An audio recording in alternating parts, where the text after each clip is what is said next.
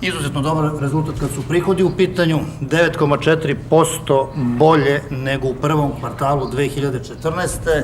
13,7 milijardi dinara i ono što još više smatramo svojim uspehom, to je što smo u ovom periodu uspeli da zadržimo, a za 30 mladih lidera i povećamo broj zaposlenih upoređujući sa istim periodom prethodne godine.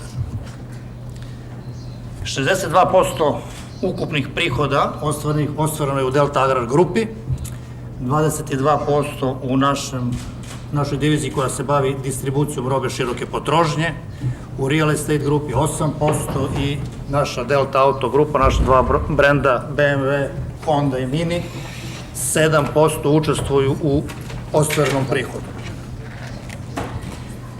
Evo ovde na ovoj tabeli možete otprilike da vidite kako to numerički izgleda po biznisima. Znači, ostvaren je prihod maltene 8,5 milijardi u agraru, real estate-u milijardu i 200, nešto preko 3 milijarde u distribuciji i u autu nepuna milijarda dinara.